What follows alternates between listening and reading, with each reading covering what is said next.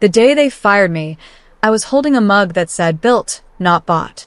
Mark Delaney, our chief operating officer, sat across from me in the small conference room with that smug smile that never quite reached his eyes.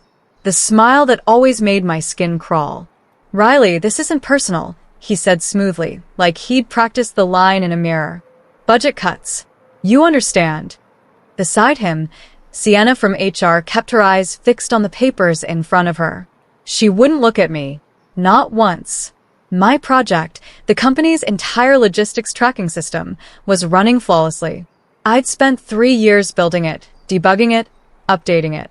The system processed millions of dollars in transactions daily without a single glitch. But somehow I was redundant. I felt my throat tighten, but I forced myself to smile. "Who'll maintain the core system?" I asked quietly, keeping my voice steady even though my hands shook slightly. Mark's smirk widened just a fraction. "We'll manage. We have a capable team." His tone was dismissive, final. Like I was already gone, already forgotten. I wanted to laugh right there. He had no idea. None of them did. That system they relied on? I held the master license. Without me, managing would be impossible. I stayed calm. That was the important part. I signed the termination papers with a steady hand, collected my few personal items from my desk, and walked out holding that coffee mug. My coworkers watched me leave with sad, guilty eyes. Some mouthed sorry. Others just looked away. The parking lot felt colder than usual, even though it was a warm afternoon. My phone started buzzing immediately. 30 unread messages from coworkers who couldn't believe it and thought it was so unfair. I didn't reply to any of them. Not yet. Instead, I drove straight to my apartment, went inside, and opened my laptop. My fingers moved automatically to the licensing portal. There it was, RQ Ops Flow. My software. My intellectual property. The system I'd built in my spare time 2 years before the company even existed. The license was still registered under my personal name. Nobody at the company had ever thought to transfer it. They'd just been renting access under my IP agreement, paying me a small monthly fee that I'd barely noticed after it became automatic. I stared at the renewal date on my screen. 1 week away. 7 days until the license expired. If I didn't renew it, the system would start failing in stages. I leaned back in my chair, heart pounding. They thought they'd buried me, erased me, made me disappear like I'd never mattered. But they'd actually just started a countdown timer on their own destruction. 7 days until everything they relied on stopped working. 7 days until they realized their mistake. The thought made me smile, a real smile this time. Not the forced one I'd given Mark. I spent that entire evening reviewing the licensing agreement I'd signed 3 years ago. Every clause, every word. My lawyer had helped me draft it back then, insisting I protect my intellectual property even when working with a company. "Always keep ownership of what you create," she'd said. Always. I'd thought she was being paranoid. Now I realized she'd been brilliant. The agreement was crystal clear. I owned RQ Ops Flow. The company had a non-exclusive license to use it, renewable annually. If the license expired, their access terminated immediately. They'd fired me for budget cuts, but they were about to discover the cost of cutting the wrong person. I closed my laptop and poured myself a glass of wine. For the first time since that awful meeting, I felt something other than hurt. I felt powerful. The next morning, I woke up replaying every conversation with Mark over the past 3 years. All the times he'd taken credit for my work in meetings. The condescension when I'd suggest improvements. The way he'd call me at 11 p.m. with emergencies that were really just him fishing for code explanations he could claim as his own insights. He'd spent years systematically dimming my light, keeping me just visible enough to be useful, but never bright enough to threaten his position. And Sienna, I remembered now how she'd always smiled too wide, too sweet. How she'd pushed me to document everything in shared drives for team transparency. Now I understood. It wasn't about transparency. It was about making me replaceable, about ensuring someone else could theoretically step into my role. Except they'd forgotten one crucial detail. Documentation doesn't include license ownership. My phone buzzed. A text from my former teammate, Jackson. This is wrong. Everyone knows you built everything. Mark's already acting like nothing happened. I typed back. Don't worry about it. Things have a way of working out. I added a smiley face. Jackson sent back a confused emoji, but I didn't explain further. Let them wonder. 3 days after my termination, Mark posted on LinkedIn. I saw it while drinking my morning coffee. Proud of our team's resilience during this restructuring period. Excited to lead our next phase of growth. Innovation never stops. The post had dozens of likes already. Comments from industry connections congratulating him on his leadership. My stomach churned reading it. He was celebrating. Actually celebrating cutting jobs. Cutting my job like it was some kind of achievement. My direct messages flooded with sympathy from former colleagues and industry contacts. You are the backbone of that company, one software developer wrote. Everyone knows Mark couldn't code his way out of a paper bag. I replied only once, to a message from my mentor who'd helped me get the job originally. The backbone remembers. She sent back a thinking emoji, but didn't ask for clarification. That night, I logged into the back-end administrative console. Not to sabotage anything. I wasn't ready for that yet. Just to observe. To watch. The system was still running smoothly, processing data, managing logistics for hundreds of clients. My creation, humming along perfectly. But I noticed something interesting in the logs. Tiny delays had started appearing in some data transfers. Nothing major yet, just milliseconds. But enough that the analytics team would notice tomorrow. By Friday morning, exactly 4 days after my firing, my former team was starting to panic. Screenshots appeared in the Slack channels I could still see through my personal account. Someone had forgotten to revoke my access. System glitch, one message read. Data upload failed for the 3rd time today, another said.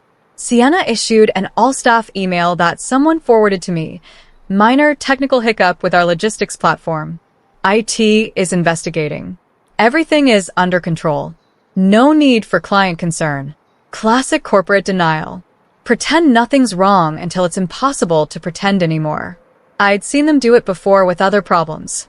But this time was different. This time, I was the problem they couldn't fix. Then my phone buzzed with a message that made me actually laugh out loud. Mark. Hey, Riley. Quick question. Hope you're doing well.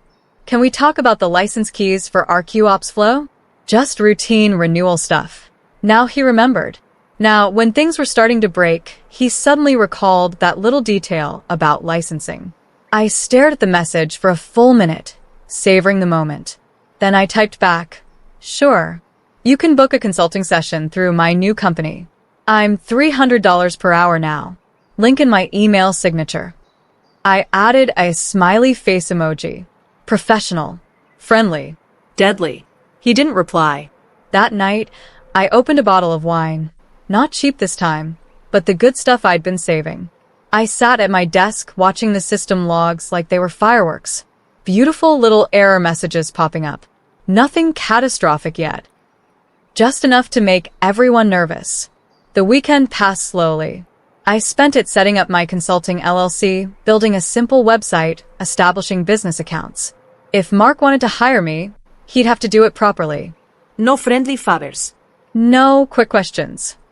Everything would be documented, billed, professional. Saturday evening, Jackson called me. Riley, something weird is happening with the system. Mark's freaking out but trying to hide it. He keeps saying everything's fine, but the error logs are growing. Have they called IT?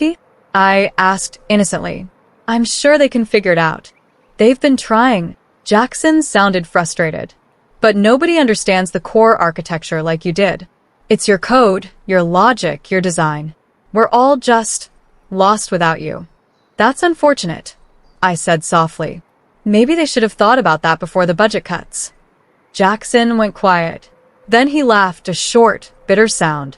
You planned this, didn't you? I didn't plan anything, I said truthfully. I just kept what was mine. Monday morning brought chaos. The license officially expired at midnight. I'd watched it happen in real time, my laptop open, a cup of coffee in my hand. At 12:01 a.m., automated processes began freezing. Not crashing, that would be too obvious, too easy to diagnose. Just stopping, waiting, looking for license validation that no longer existed. By 8 a.m., the company's entire logistics network was essentially paralyzed. Deliveries couldn't be scheduled. Inventory couldn't be tracked. The customer portal showed nothing but loading screens. I hadn't destroyed any data. I wasn't cruel. I'd just removed their ability to access the system I'd built. Around noon, Lily from accounting called me. She was whispering, clearly hiding in a bathroom or empty office. "Riley, Mark is losing his mind. He's screaming at IT, blaming everyone. He keeps saying someone sabotaged the system." "Did someone?" I asked calmly. Because sabotage implies malicious intent. I just let my personal software license expire. That's not sabotage. That's budget cuts. I couldn't help smiling as I said it. There was a pause. "Oh my God," Lily breathed. "You mean you actually own?" "I own what I built," I said simply. "Tell Mark to check the original contracts if he's confused." Mark called me that evening. His voice was stiff, forced into a calm he clearly didn't feel. I could hear the anger underneath, barely contained. "Riley, I think there's been a misunderstanding about the software licensing situation. Perhaps we could discuss an arrangement." "Oh," I said sweetly, examining my nails like this was the most casual conversation in the world. "What kind of arrangement?" I thought I was redundant. Budget cuts and all that. Silence. Heavy, awkward silence. Then a forced laugh that sounded painful. "Come on, Riley. Let's be adults about this. We can work something out that benefits everyone." "Adults don't fire people and then expect favors," I said quietly. The fake sweetness dropped from my voice. "Adults don't steal credit for work they didn't do. Adults don't call at midnight with emergencies just to pick someone's brain and then take all the credit in morning meetings." "Riley, I'm hanging up now," I interrupted. "If you want to discuss licensing renewal, you can contact my business email. My rates are very reasonable for professional consulting." I ended the call before he could respond. My hands were shaking, but not from fear, from satisfaction. Within 10 minutes, an email appeared from Sienna. Mark would like to negotiate a temporary license renewal to minimize business impact. Could we schedule a call? I stared at Sienna's email for a long moment. The nerve, the absolute nerve of these people. They fire me, humiliate me, act like I'm disposable, and then expect me to just, what? Bail them out? Save them from their own short-sightedness? I typed one sentence back. "Budget cuts, remember?" Send. Simple. Clean. Devastating. I could imagine Sienna's face reading it. The confusion, then the realization, then the panic. My phone exploded with messages. "Jackson, the whole system is down. Clients are calling." Mark locked himself in his office. "Lily, Sienna looks like she's going to cry." Even people from other departments I barely knew. "What's happening? Is the company being hacked?" I didn't respond to any of them. Instead, I made dinner, watched a movie, went to bed early. I slept better that night than I had in months. No late-night emergency calls from Mark. No anxiety about whether my work was good enough. No wondering when they'd decide I was expendable. Just peace. The next morning brought a new surprise. A legal notice, delivered by email from the company's attorney, demand to restore access immediately or face litigation for economic sabotage and breach of good faith. I forwarded it to my lawyer. My lawyer called me 30 minutes later, and she was laughing. Actually laughing so hard, she could barely speak. "Riley, this is the most amateurish legal threat I've seen in 15 years of practice. They have absolutely no case." None. "Zero." "Are you sure?" My heart was pounding despite her confidence. "They sound pretty serious." "They're desperate," she corrected. "Desperation and seriousness are different things. You own the software. You developed it independently. They fired you, which terminated any implicit obligation you might have had to renew. They never purchased the license, never secured the IP rights, never even asked. This is entirely their failure." She paused, and I heard papers rustling. In fact, you have more grounds to sue them for 3 years of unpaid overtime and credit theft than they have to sue you for anything. Should we discuss that option? Not yet, I said slowly. I have something else in mind. Oh, she sounded intrigued. Tell me. I'm going to write a LinkedIn article, I said, about corporate exploitation, about how companies treat their developers. I won't name them. I won't have to. My lawyer was quiet for a moment. Then, that's actually brilliant. Public pressure is far more effective than legal action sometimes. Just run it by me before you post. I spent the entire afternoon drafting the article, writing, deleting, rewriting, getting the tone exactly right, not bitter, not angry, just honest. Raw.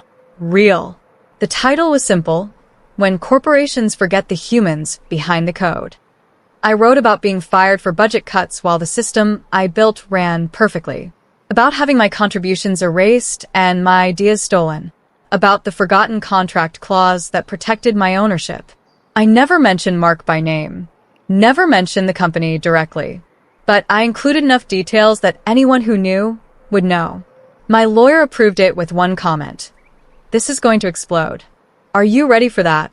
"Yes," I said. "I think I am." I hit publish at 6 p.m. on a Wednesday evening. Then I closed my laptop and went for a walk, phone silenced in my pocket. When I got back an hour later and checked my notifications, my hands started shaking. 3,000 views, 400 comments, 50 shares, and it had only been live for an hour. The comments were overwhelming. Other developers sharing their own stories. CTOs admitting they'd been guilty of similar behavior. Even some HR professionals saying, "This is why we need better IP protections for employees." By the next morning, my article was trending on LinkedIn. 15,000 views.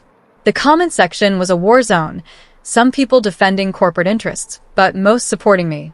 And then the connection started appearing. "This sounds like Delaney Group," one comment read. I didn't respond, didn't confirm or deny. I didn't have to. Other people from the company, former employees, started commenting with their own stories. Suddenly my article became a catalyst for a much larger conversation about how that company treated people. My phone rang. A journalist from TechVision Weekly, a major industry publication. "Riley, I'm doing a story about corporate intellectual property practices. I've heard some interesting rumors about your situation.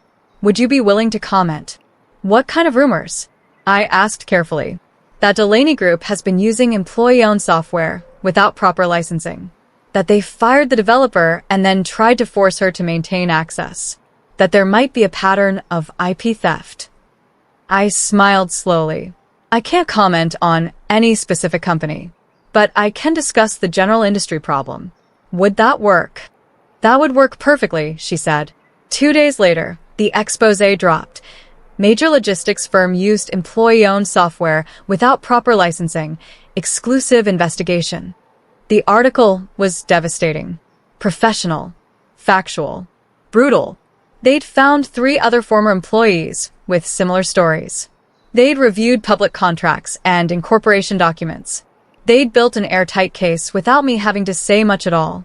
Delaney Group's stock price dropped 12% in a single day. The company issued a statement claiming the article was misleading and full of inaccuracies, but the damage was done. Industry forums were discussing it. Competitors were circling. Clients were asking questions. Sienna deleted all her social media accounts. Just gone. Her LinkedIn, her Twitter, everything. Mark went silent too, but his profile stayed up, probably on advice from their crisis management team. And me? My phone started ringing with calls from recruiters. "Riley, I represent several companies looking for senior software architects. Your reputation right now is incredible. You're the developer who stood up for herself." I took meetings. Listened to offers. But I wasn't ready to commit to anything yet. This wasn't finished. Not quite. One afternoon, Jackson messaged me. "They want to buy the software license from you. Offered to purchase full rights retroactively." "How much?" I asked. He told me. I laughed out loud. It was about 1/3 of what the software was actually worth. "Counter with triple that," I told him. "Plus legal fees." plus back payment for all the overtime I worked that was never compensated.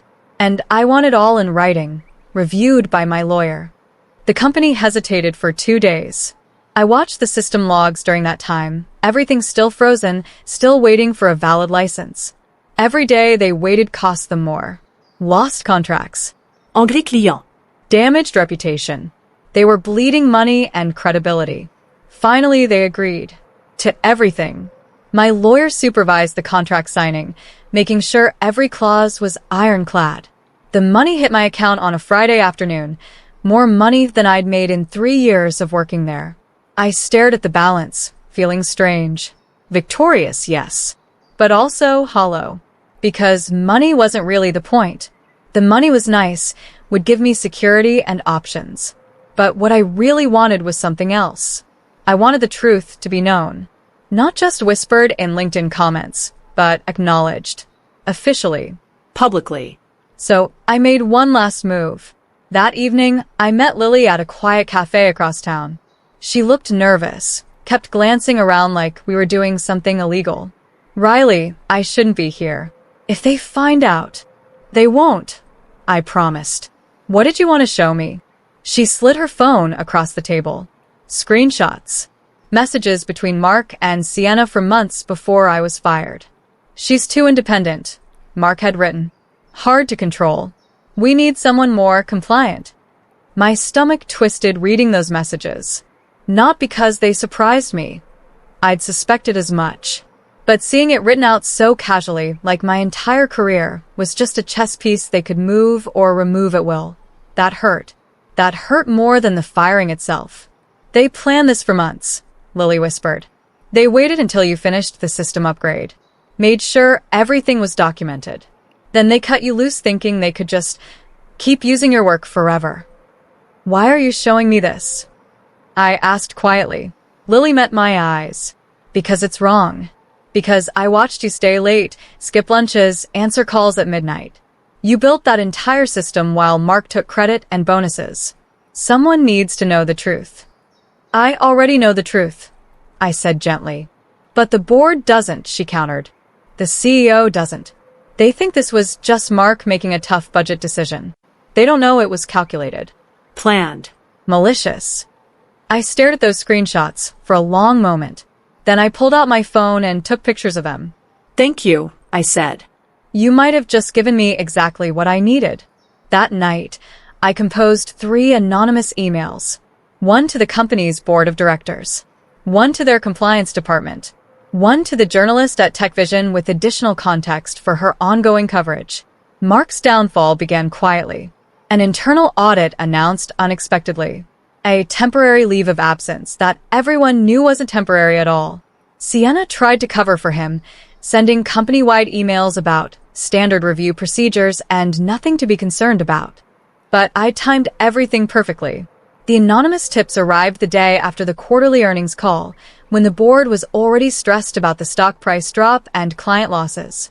When they were already looking for someone to blame. The CEO issued a statement promising full investigation into recent operational irregularities. I saw a press photo from their emergency meeting. The CEO looked furious, jaw tight, eyes hard.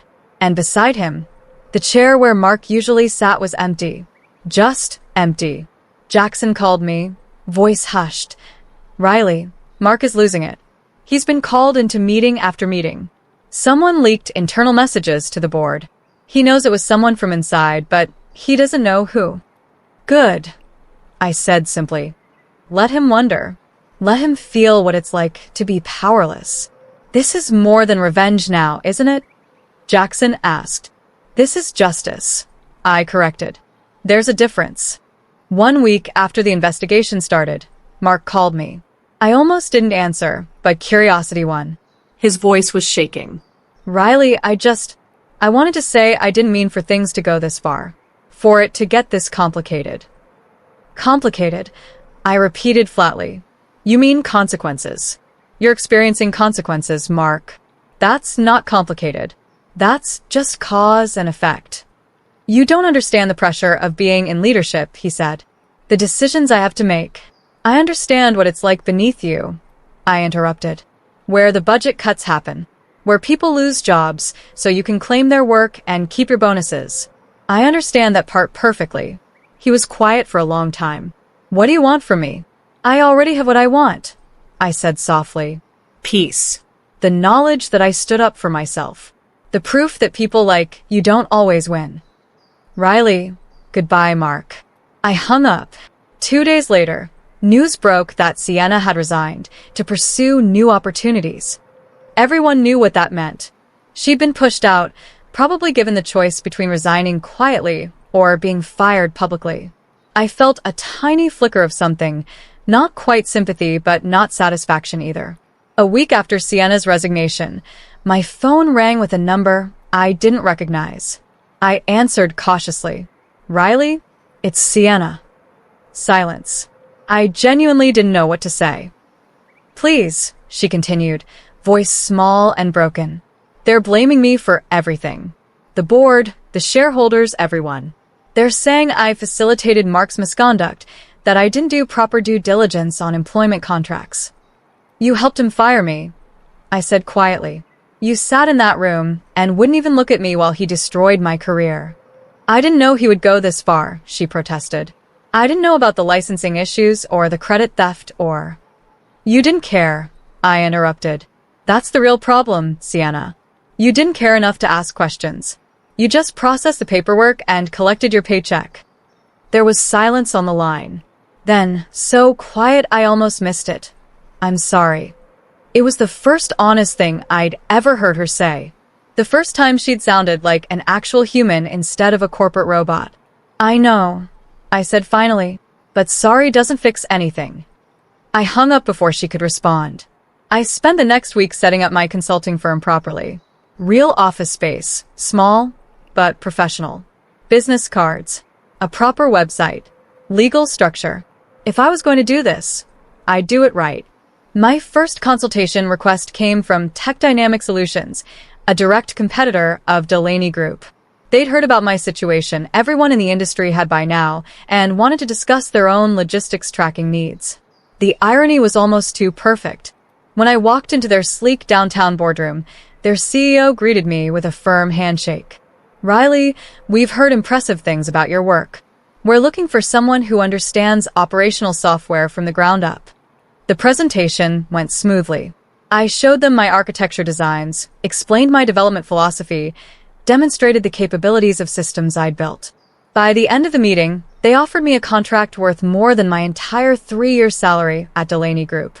I signed it right there. Driving home, I felt something strange. Closure, maybe, or the beginning of closure. I'd been so focused on revenge, on making them pay, that I hadn't thought much about what came after. But this, building something new, being valued properly, working with people who respected my expertise, this felt right. Then TechVision Weekly published their follow-up article. Delaney Group faces class action lawsuit for workplace misconduct. I read it over breakfast, coffee growing cold in my cup.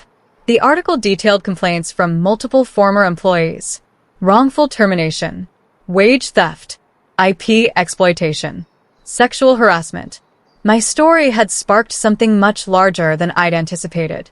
Suddenly, I wasn't the only voice anymore. Other people had found courage to speak up. The journalist had connected dozens of former employees, all with similar experiences of being used and discarded. The class action had over 30 plaintiffs already, with more joining every day. For the first time, I realized my revenge wasn't just personal anymore. It had become something bigger. A reckoning. A fundamental challenge to how that company operated. I'd wanted to hurt Mark for what he did to me. Instead, I'd accidentally illuminated an entire system of abuse. My phone rang. My old mentor. Riley, you started a revolution. You know that, right? I just wanted my work recognized, I said. You got that and more. You got justice. Not just for yourself, for everyone they ever mistreated. That's rare. That's powerful. I thought about that conversation for days afterward. Revolution. Justice. Power. Big words for what had started as simple self-preservation. One afternoon, I ran into Mark. Pure chance, grocery store parking lot, both of us loading bags into our cars. He looked smaller somehow, thinner. His expensive suit hung loose on his frame. His eyes were hollow. "Riley," he said quietly, freezing mid-reach for a grocery bag. I stopped, car keys in hand. We stared at each other across 3 parking spaces. "You won," he finally said. "You completely destroyed everything." "No," I said slowly, thinking about it. "I just stopped losing. There's a difference." "I shouldn't have underestimated you," he said. It sounded like something he'd been told to say, probably by a therapist or lawyer. Rehearsed. Empty. "Everyone underestimates people they see as beneath them," I replied. "That's not wisdom. That's just who you are." I got in my car and drove away. In the rearview mirror, I saw him standing there, still holding that grocery bag, looking lost. I felt nothing.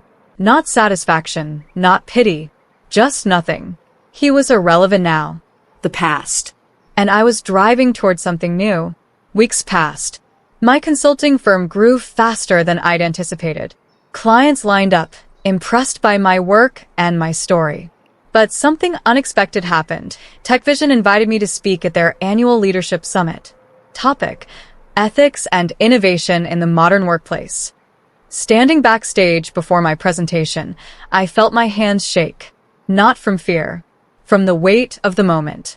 From understanding that my words would reach thousands of people. That my story had become larger than just me versus Mark, larger than one termination and one revenge. I walked onto that stage holding my old coffee mug, built not bought. It seemed appropriate.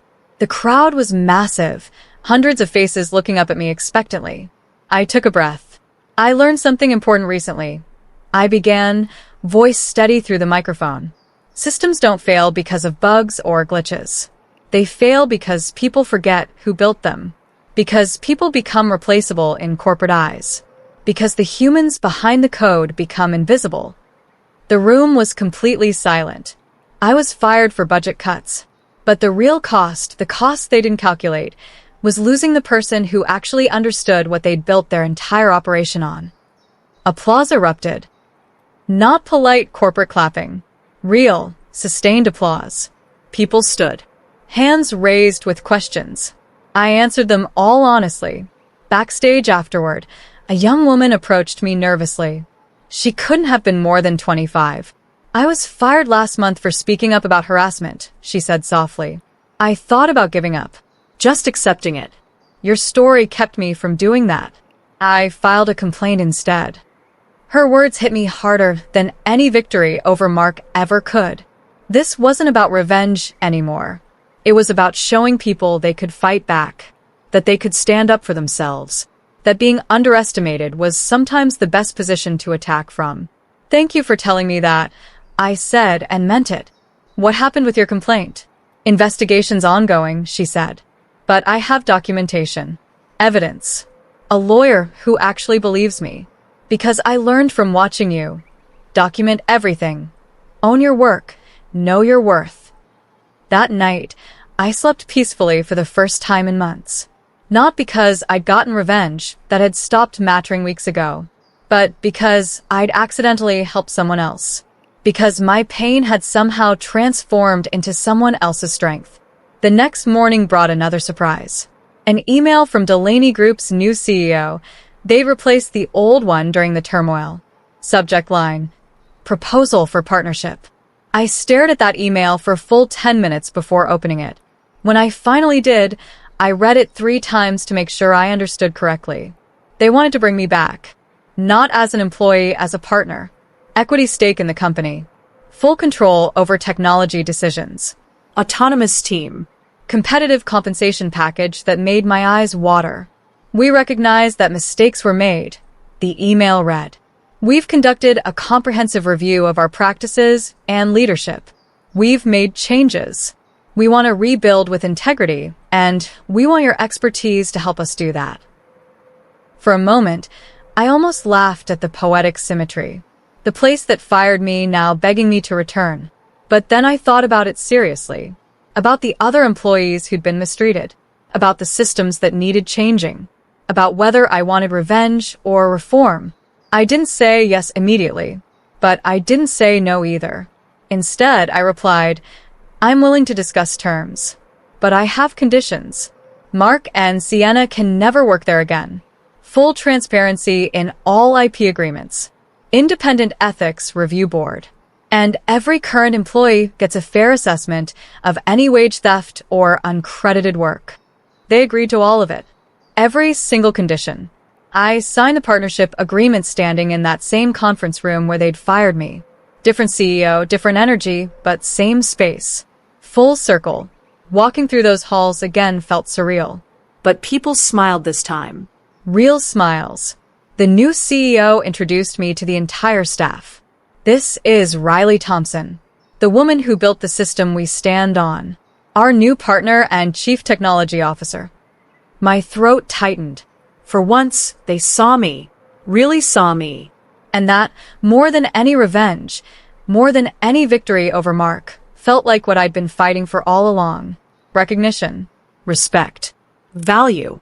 That night, I stood alone in my new office, corner space, windows overlooking the city. I raised my old coffee mug in a silent toast to myself. Built. Not bought. I whispered. The lights of the city twinkled back at me like they understood. Like they'd been watching this whole journey and were proud of how it ended. If someone had told me 6 months ago that losing my job would be the best thing that ever happened to me, I would have laughed bitterly. But now I saw it clearly. They fired me for budget cuts, but the real loss was theirs. They'd cut out the one thing money can't buy. Integrity. I didn't destroy them. I just reminded them who really built the system. And sometimes, that's the sweetest revenge of all. Not destruction. Transformation. Not burning bridges. Rebuilding them stronger. Not revenge. Justice. With my name finally, permanently, undeniably attached to the work I'd created. Built. Not bought. And definitely not forgotten.